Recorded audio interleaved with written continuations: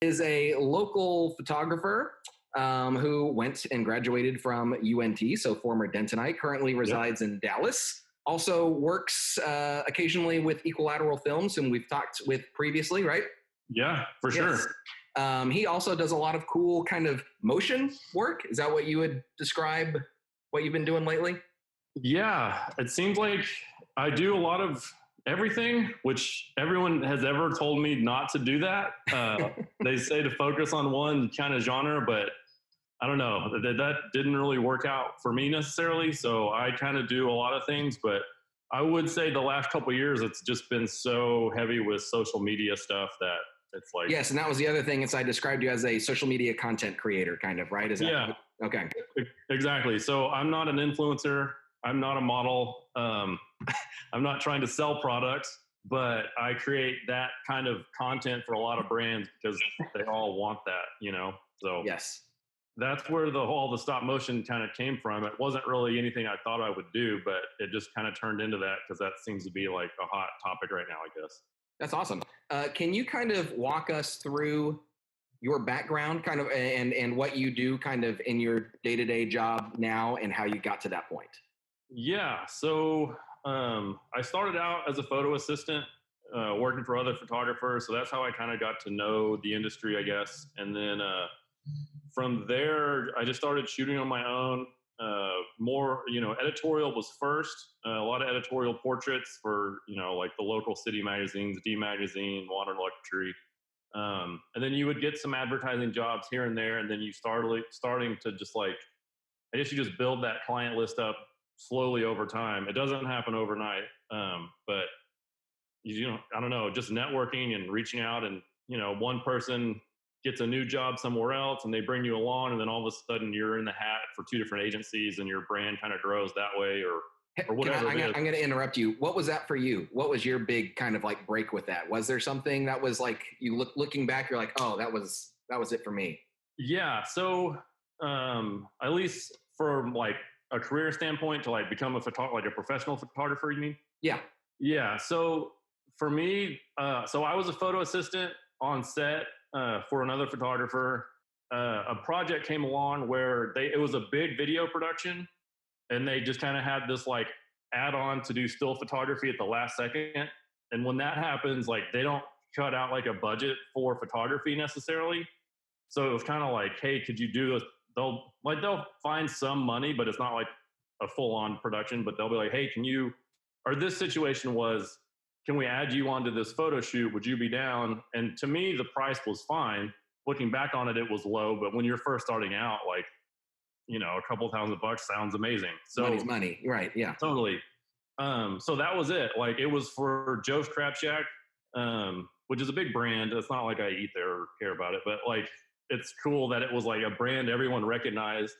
And it was just shooting portraits of kind of like summing up what happened on the video commercial in like one portrait. So it was just like slapstick humor, but it'd be like, I don't know, a guy with a lobster on his head or something stupid. I don't even remember, but Is those it was crab like shacks that. still around? Yeah. So that was what I guess kind of legitimized me, because then that was the first thing I could attach a brand to my portfolio that like a lot of people had heard of. Yeah. And I think that's kind of like the first step. Like you can create all this work and it can look awesome, and maybe, I don't know, there's other avenues for that. But I think until you get like a brand people have heard of in your portfolio, it's kind of hard to be taken seriously. That's what makes people think of you as being legit. As a commercial photographer, I think so, yeah.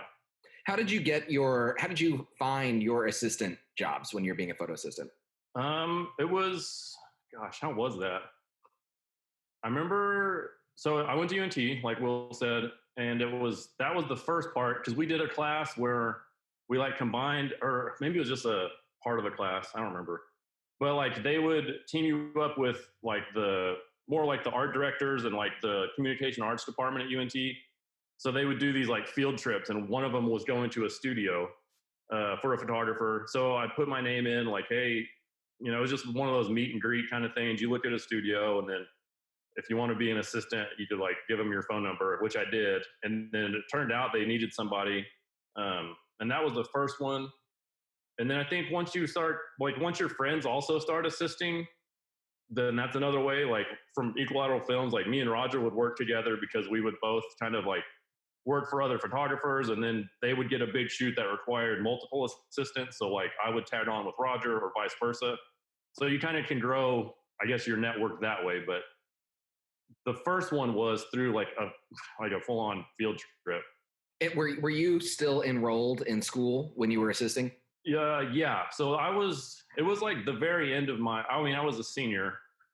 So it was like the end of my career or student career. Your educational career. Yeah. Thank you. So yeah, it was through UNT. I was barely assisting then because just, I don't know, the commute from Denton to Dallas sounded terrible. And like, I was working really hard as a senior, like in school still. So I didn't have a lot of time for it. So I didn't take it too seriously until like after college. And then you're like, well, I need money. So right, I'm going to do it. So I commuted from Denton to Dallas for about 2 years before I moved to Dallas. And when you were at UNT, did you major in photography? I did. What were your thoughts? And I know that was, probably a decade or so ago. Yeah, it was a while ago. What were your thoughts on one, UNT's photography program, and then two, going to school for photography in general? Yeah, so when I first started, I thought I was going to be like a communication arts graphic designer person. I didn't know much about photography. I'd made some like BMX videos of my friends for fun, but like it was never, I don't know, video or photography wasn't really in my mind. But you just kind of like, I don't know, I tried out a couple classes. I didn't like communication arts after all. And then you kind of bounced around, and then I took photography as an elective, and that's how I got into it. And then, but yeah, I loved it. It was great. It's really competitive, or at least it was then. I'm sure it still is. It's more fine art based. So like the commercial stuff, I didn't learn really anything about it until after college. Other than like my senior year, like I said, we did that field trip, but you're going to art galleries, you're going to photo studios. So it's like, you're kind of learning all these different things. And then I didn't put it all together until after college.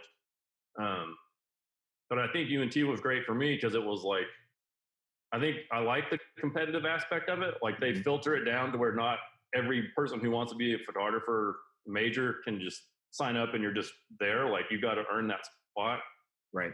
And with that, it's like nice because you have a lot more like one-on-one interaction with the teachers and like critiques and feedback and all that kind of stuff. So yeah, I would say I like it. Good deal. So getting back to now. So nowadays you work with a lot of larger brands, much bigger than Joe's Crab Shack even, right? Yeah. So what's like an average gig like for you from like, how are you getting that job? And then what does it look like all the way through to completion? So, sorry, I just realized how dark my camera looks. Hold on. Let me look pretty. Good. Are you in your studio? I'm in my home studio. I got a little wheel set up. I was going to try to show you guys some studio stuff if you can see it right there. But so from getting a job, so like, let's see, a lot of it is reaching out to people and trying to make that contact on your own. Like I can't even think of a time when someone out of nowhere just emailed me without either word of mouth or me like trying to reach out to them in advance, or I don't know. I just can't picture like, hey, your SEO is awesome and this guy found you, because there's a million photographers out there. So that's the crappy part. Yeah. But like for instance, so today I actually had a call with Tito's Vodka, and they saw the stuff that I'd recently posted on Instagram, because I emailed them forever ago trying to like, I sent them an idea like, hey, what if we could do something like this for your social? This was like 4 years ago probably, and it didn't work out. They didn't hire me, but like I stayed connected through them as like we became Instagram friends, like me and this, I don't even know what her role is.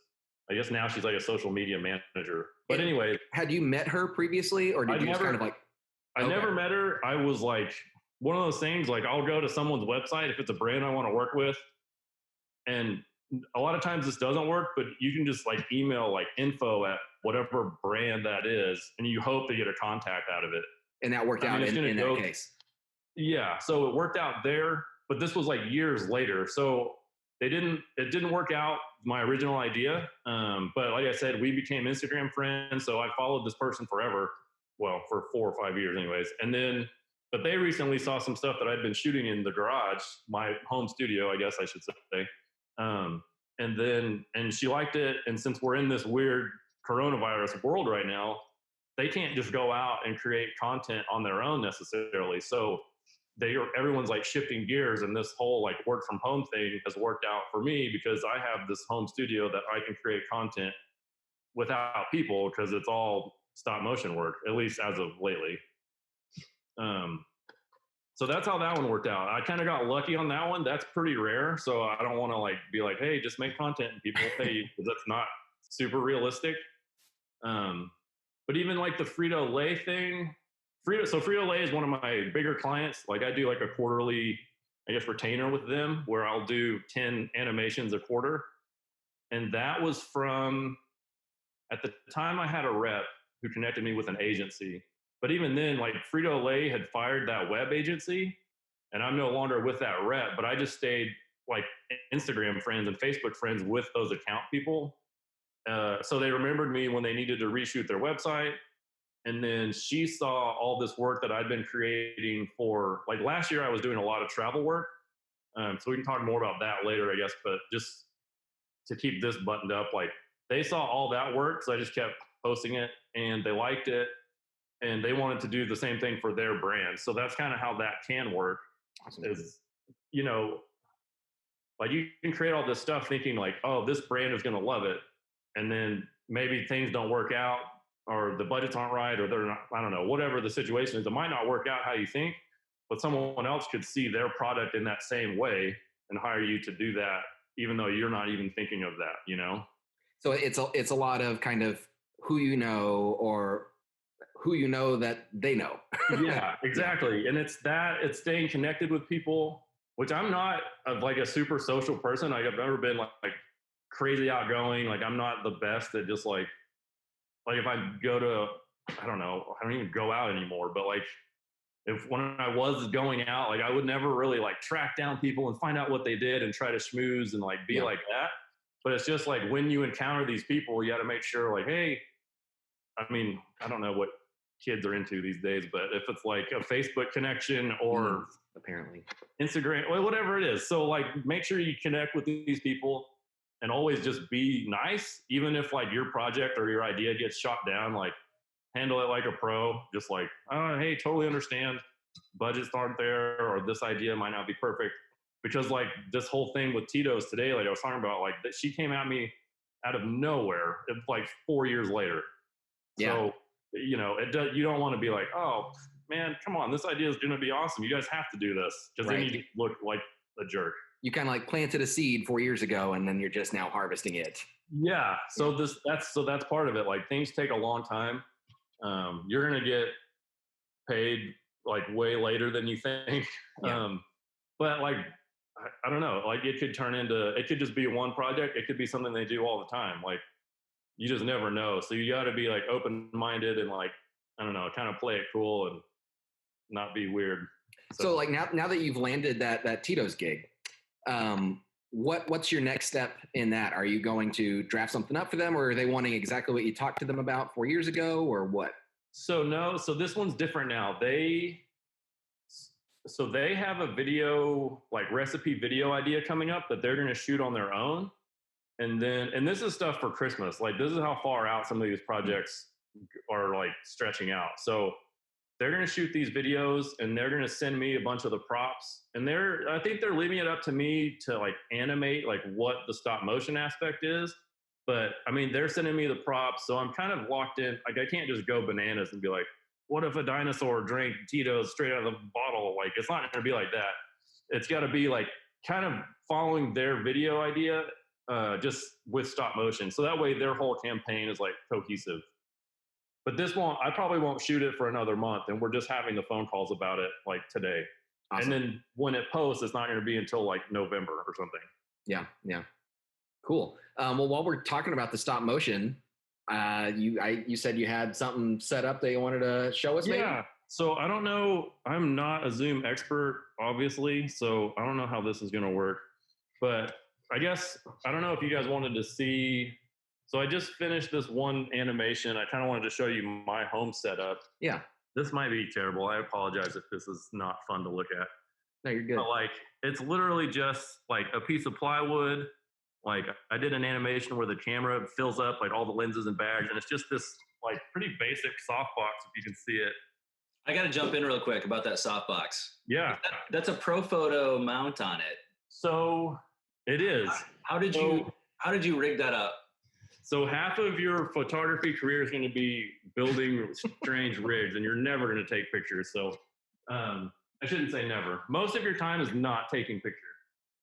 But so this is a knuckle that I like drilled holes in this speed ring. Let me lower it so you can see it better. I can kind of see it. Is it? Yeah. Is this making sense? So I drilled holes in the speed ring so I could mount it to this knuckle. So, because if you put a ProPhoto head, you got to put the ProPhoto head on the stand. Right. And the weight of the softbox. This one's fine, but some softboxes that I use are bigger, so it'll just like pull your whole ProPhoto head down, like it won't pivot correctly. Yeah. Or it'll start to sag. So I mounted it to this, so that way I could just put in. I don't have one out here, but you just pop in a ProPhoto head right onto this, and that way it's way stronger and it doesn't wear out all the gears on the ProPhoto, whatever that mount's called. Right. So, but I'm using there's better ways to do this, but you just kind of get crafty with what you have. So this is a great example of that. I wasn't anticipating going down this road, but sorry. So this is just a softbox mounted to this thing, or the speed ring and the knuckle. I guess I should be more clear about it. It's okay. So this is just an LED panel. Let me pop this out. So when I do stop motion work, I tend to use like LED lights or like continuous light sources instead of strobes, just because it's one less thing that can flicker. I don't know if you've done stop motion enough, you'll see this like lens flicker thing that's real annoying. And part of that could be if your strobe isn't like recycling to a perfect amount each time, you might be like 1 or 2 degrees off, and it can like mess up your whole deal. So anyway, so this is just an LED panel. Let me pull it out.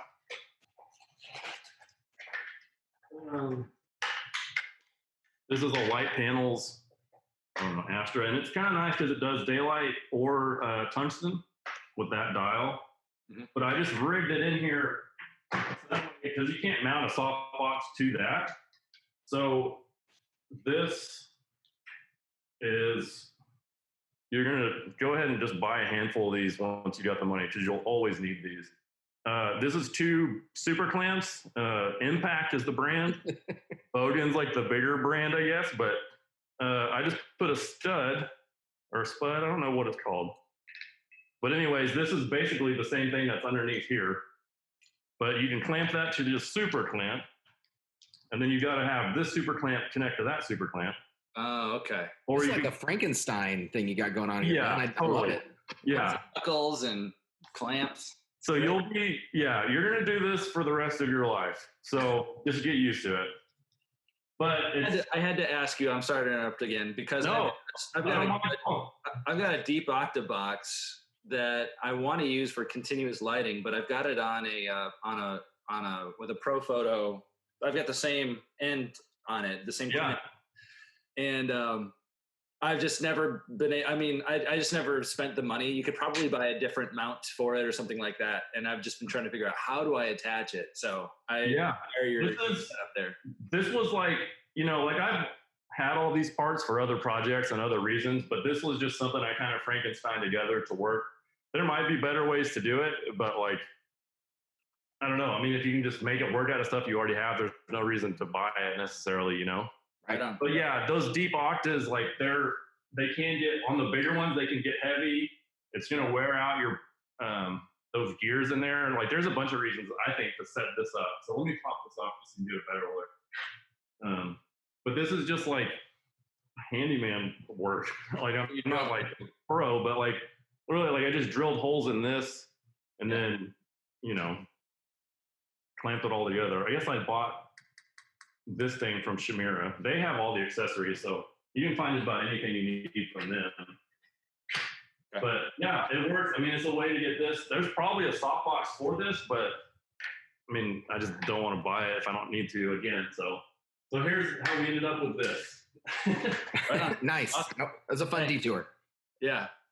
So I guess while we're on that subject, maybe I can show you one other thing. Let me get this.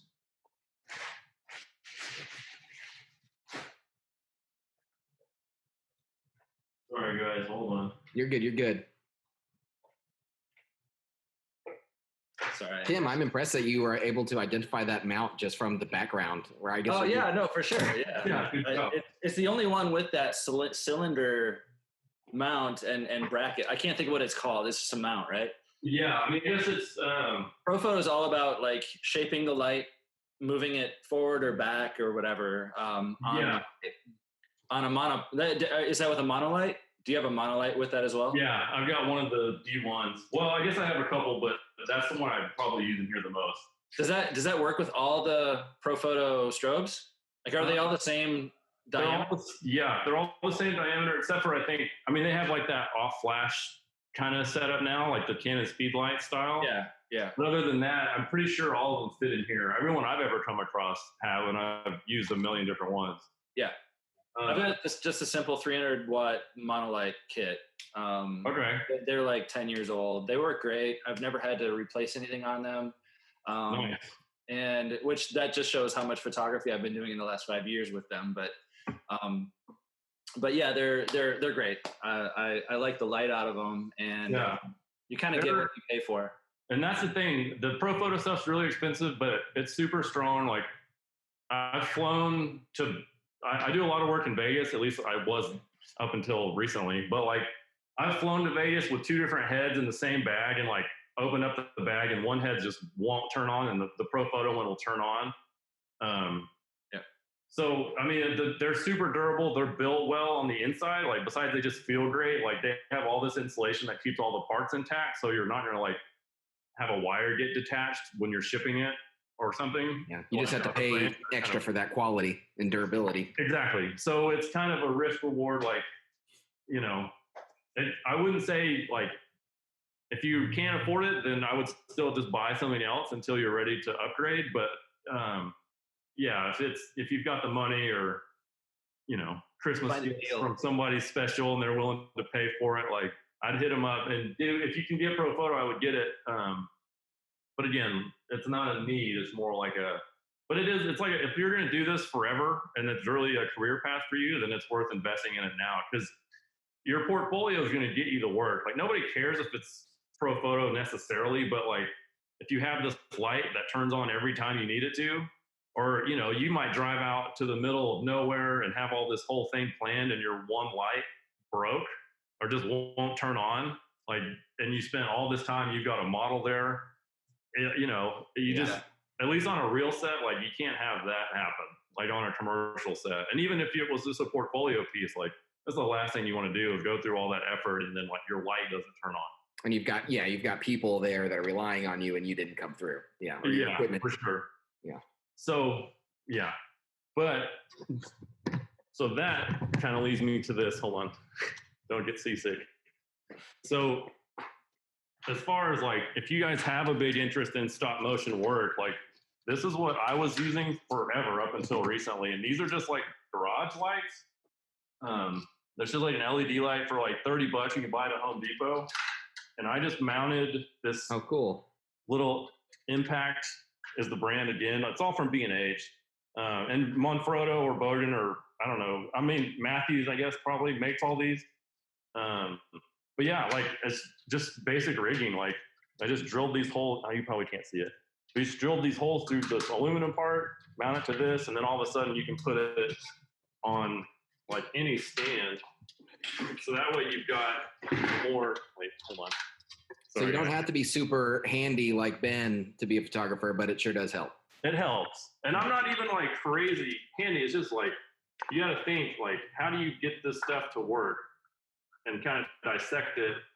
And then you can make anything happen. This is just basic stuff. But yeah, you're going to spend more time than you think working with a drill and going to Home Depot and stuff like that. But I mean, I use this even on some of those gifts that you guys posted on Instagram. Like, this light is what lit it.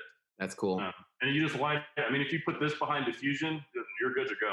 The only bummer is it's not dimmable, so you've got to be pretty committed to. Much cheaper than what Kino flows or something then. Too. Yeah, but that's the whole idea. Like these look similar to Kinos. They don't have the same brightness, or you can't dial it down. But for like a starter pack, for like, I don't know, I think this mount's $10, and then this is probably 20 to 30. Like you can't even get close. That's awesome. Kino flow. Yeah. So if you get like 2 or 3 of these, like that's a good way to start building your portfolio just at your own home. And like this, I mean, my home studio is a garage, so it's not like you need to spend big bucks to make this stuff happen. Like that's just a piece of plywood. Like for backgrounds for the Frito-Lay stuff, I'll just pull these IKEA countertops off and use that as the background. So nice. It's not as glamorous as you might think, but it works, and that's all that matters, because no one sees that it's a garage. They just see the work, you know? Yeah. They see the background. So but yeah, I was, let's see, maybe, let me see if I can share this real quick. Are you trying to share your screen? Yeah, if you want to talk through. You have a share screen button at the bottom? Did you happen to, let's see. Did you happen to show them that video? Oh wait, host disabled screen sharing. I can, hold on, let me do one thing. If you want, I can make you the host, and then you should be able to share your screen. Yeah, I mean, if you want to talk through this stop motion, then we can do it that way. If you guys have other questions, we could do that as well. Whatever you all want to do. Yeah. So are you about to show us a stop motion? Is that what you're saying? Yeah, I guess that's what I was kind of thinking. Like, I could show you just a recent stop motion that I did, and then I can just kind of go through what my setup was. Yeah, let's do that. You should be able to share your screen now if you want to. Okay. So let's see. So here's this. All right. Can you see my screen? Yes, we're good. Crazy desktop. All right. So here's this camera or this animation, this bag that I did. You can just see everything kind of pops in there. Awesome. How many frames is this? I don't even know how many frames necessarily. I can pull it up real quick. So here's, hold on, I got to load my project. This thing crashed right before the call.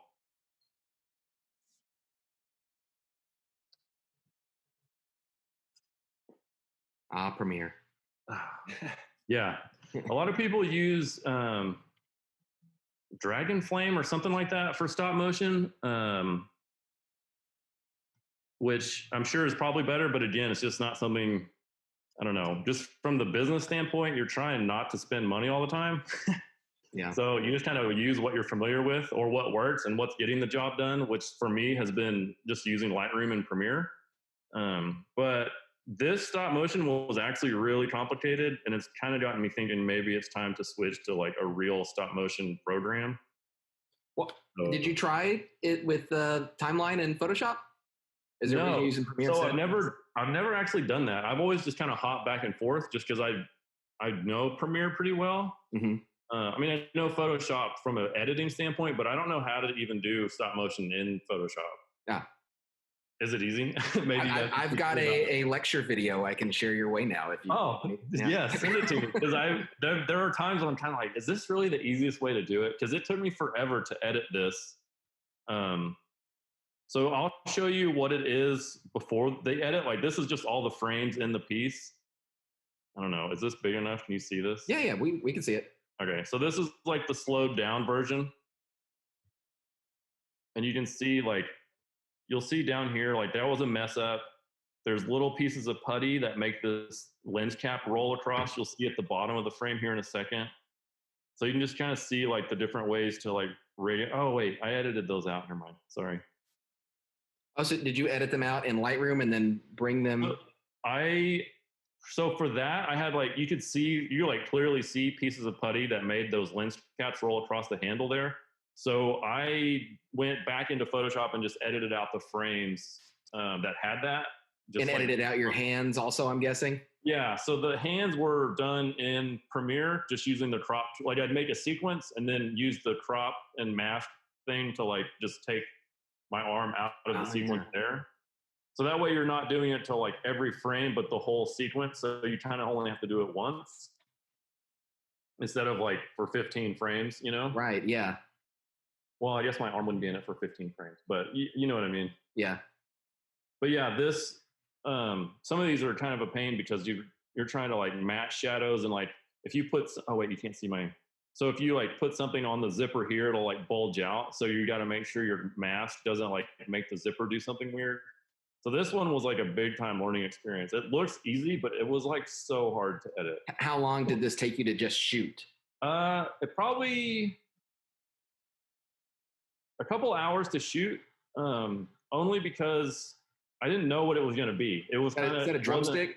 So these are little wood shims. Okay. Yeah, it could have been a drumstick, but I just did that so that way you could see the bag like slide open, and then I again like made a sequence and cropped this out, so you're just seeing what's underneath the stick. Sorry, I keep touching my screen like you can see what's happening. But again, I'll just show the real one more time, and then we can talk through the actual. So it's like sped up here, and if you kind of have multiple things going on at once, it kind of takes the eye away from the flaws that are in it. And is this the 4:5 aspect ratio specifically for like being vertical on Instagram? Is that? Yeah, so it is. I get asked to do this ratio a lot, at least for Frito-Lay. Like they want all their content that way.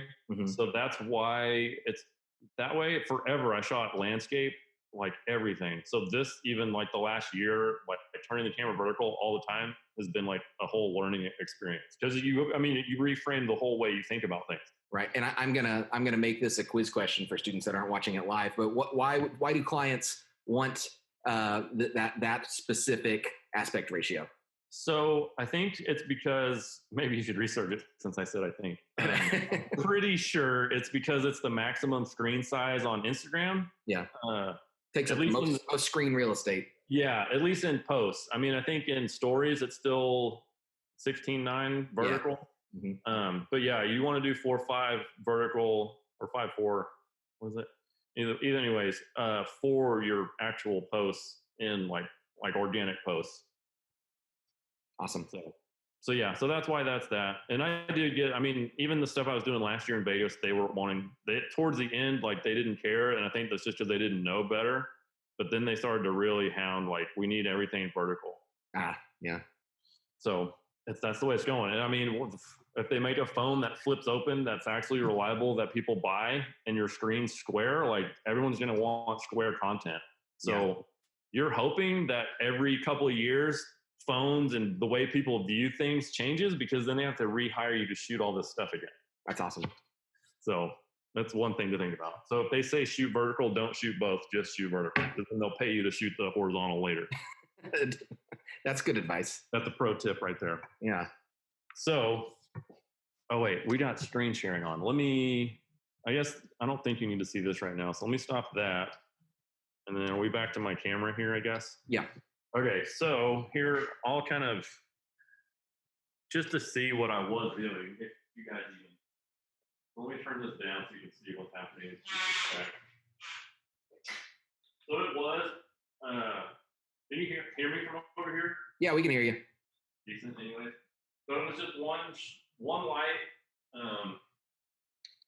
and I mean, to get these animations, like, I don't know if you can see, this might be kind of hard to actually pull off, but like for example, I was trying to mention like how to make those lens caps kind of roll. Like this is just like poster putty, just some weird sticky thing that doesn't really dry out. I mean, it's like $2 on Amazon, but I use those all the time to like shim stuff, or like in this case, can you see? Oh yeah, you can see here. Hold on, I can do some more light. Or let me do this. Hold on. So this wasn't the light that was in the video, but this might make it easier for y'all to see. I don't know if that's doing enough. Anyway. We can see it pretty well. Is it pretty well? Okay. Yeah. So here's like, you'll just do this. For instance, if you're trying to make something look like it's really moving without it just like resting on something, and like take a picture. And I'm using Pocket Wizards for the most part to shoot this. There's probably other ways to go about it, but I'll hook a pocket wizard up to the camera, which is up there. I'll show you in a minute. And like, I'll just move it, take a picture with the pocket wizard, and then just do that, like hold it in place. So anyways, in the video, you were seeing quite a bit of that putty. So I just went and took the 5 frames it took to get this to come across here and just like Photoshop the putty out, you know? Awesome. So yeah, so that's that. But yeah, everything, you know, wiggled and squirmed and did its thing. And here's the rigging for the camera. So I can see, it's actually Roger's camera. That's Roger's camera? Yeah, so I only have 2 cameras. So I had to fill the bag with the 2 cameras. Oh, right, yeah. So I had to borrow Roger's camera. So there's Roger from Equilateral Films. The camera there. So I had to shoot this Canon bag full of Canon glass with a Nikon. But that's whatever. Funny. But yeah, so you can see the rig okay, right? Yeah. So let me get that way. Things throwing everything off. So yeah, I've just got this is just like a prime 35 lens, which is like really handy size for stop motion overhead pieces, I think, because it doesn't distort like a real wide lens, at least not as bad. I mean, a 50 would be better, but if you try to do a 50, you're gonna have to get on like a huge ladder way up there. Yeah. So I've gotten pretty comfortable with a 35 for these kind of shots. I mean, again, it depends on how big of an animation space you're doing, I guess, but yeah, and I just got like my tether cable. So usually I'd be tethered to the computer over there. But this cable runs there. So every time I hit a shot, either with the pocket wizard or just like on the computer, I can like preview it and see if I need to move anything else back or forth, or, you know, if I messed up, I can see how many frames I need to go back and redo or whatever you got to do. But yeah, I would shoot tethered as much as you can because it's so much easier. Let's see it big. Yeah. That's awesome. What is the bracket on top of that C-stand? So this, let me get close in here. I'll walk my wheel. Hold on. Because the alternative is usually one of those $10,000 made in Sweden tripods, right? It was like, yeah, they have like a super tripod for studios, but I mean, before 2 months ago, all my work was on location. I'd never even barely shot anything in this garage. It was just like a cool office. Right. So let me backstory though. So this was like a real 2-car garage, but I just turned it into a home office because I have a small house and we have a new baby. So it just kind of like was a need. But it's been like, it's totally saved me because this whole virus thing like has shut down all travel and lifestyle work. Like that was all the money I was making last year was that. And this whole thing has like changed the way I operate. So it's been like a total lifesaver, but I don't know if that's what your class is about.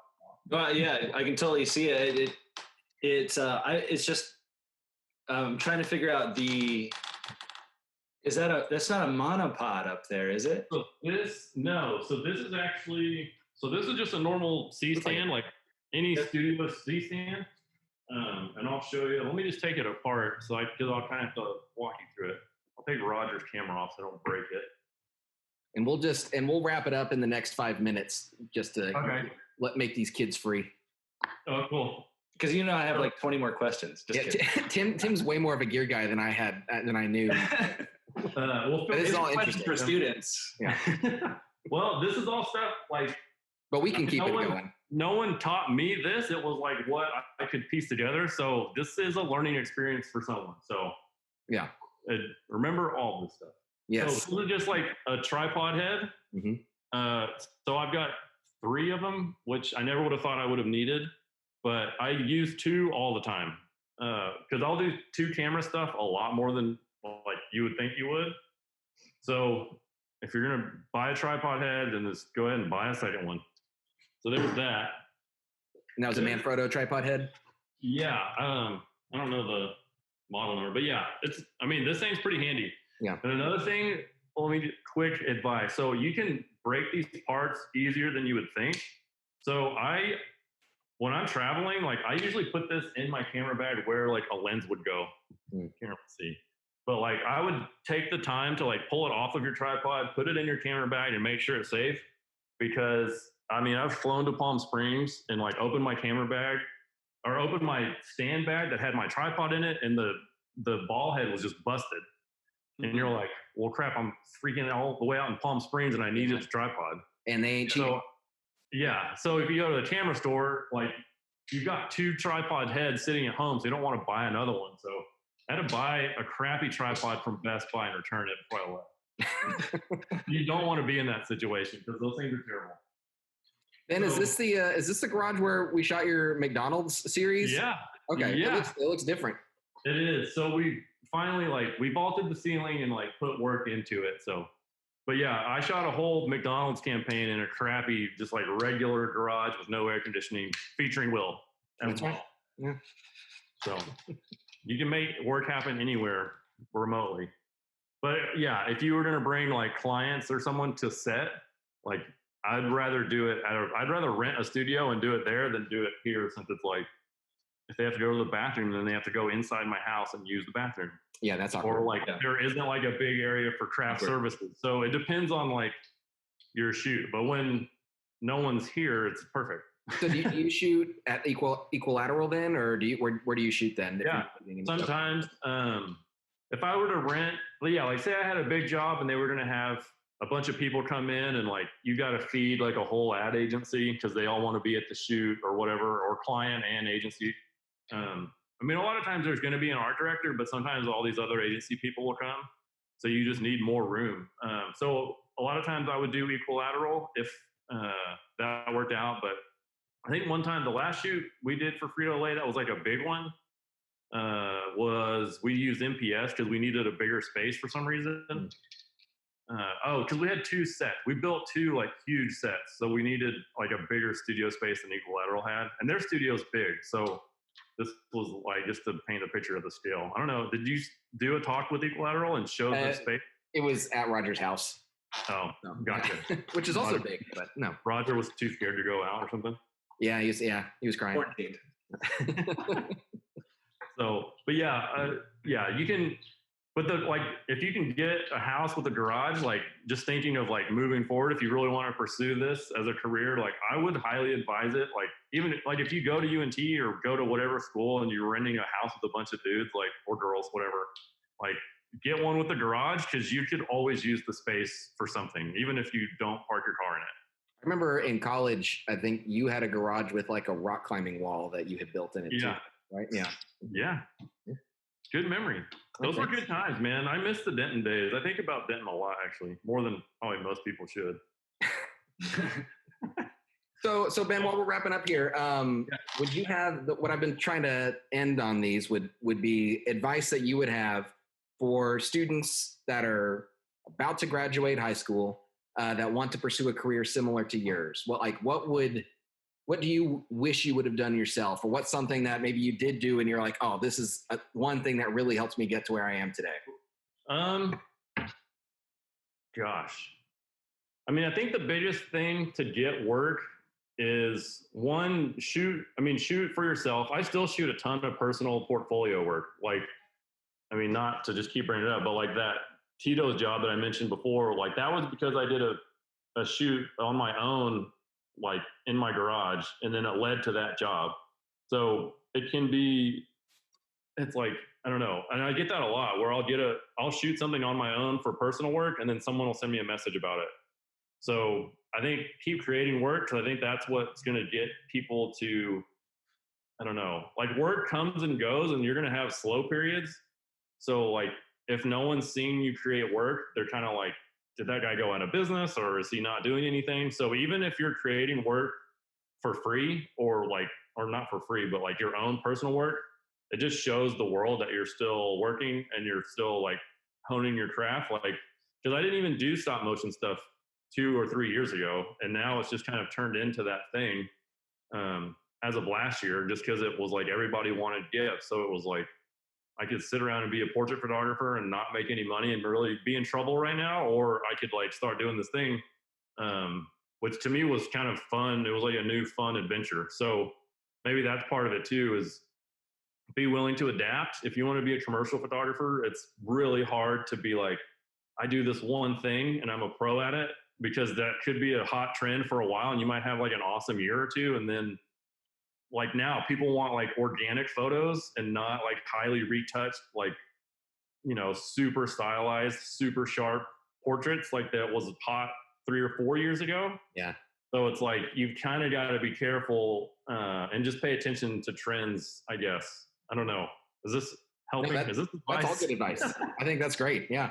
No, so like kind of be able to be flexible and to adapt and kind of keep your finger on the pulse of what's hot and, be willing to change. Yeah. In order to be a commercial photographer, I think you got to do that. But also at the same time, like focus on stuff you like doing, because you're not going to want, like, if you don't like shooting food, you're not going to like stay up at night and like think about this food concept that would be cool to photograph, So don't like go too far off where you're just trying to do everything necessarily, but find all the stuff that you like and try to figure out a way to like make that coherent. And for me, that's what the tourism stuff was. Like, I like shooting all those different things. So if you can cram it into one title and call it tourism, you're shooting food, lifestyle, gifts, exterior photography. So all those things like kind of come into one category for me. And you're still getting to do some of that when it's not coronavirus time. Yeah, I'm sure once, as of last year, it was like my biggest, I made like all my income almost came from Vegas and not from Dallas. Like I'd say like 80% of my income was from tourism stuff. That's awesome. And now here you are making stop motion GIFs. And all of a sudden now the whole world thinks I'm a stop motion animator. So, garage. That's cool. Yeah. Yeah. Well, Ben, so be sure to get a garage, kids. I like that advice too.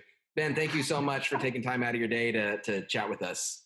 For sure. We really appreciate it. And then we'll put this on YouTube if you're okay with that. And just go for it. Good. And what's your like Instagram and website in case anybody wants to see more of your stuff? Yeah, Instagram is just at Ben Garrett, 2 R's, 2 T's. My website is bengarrettphoto.com. I noticed there's another Ben Garrett photographer. I think you're above him.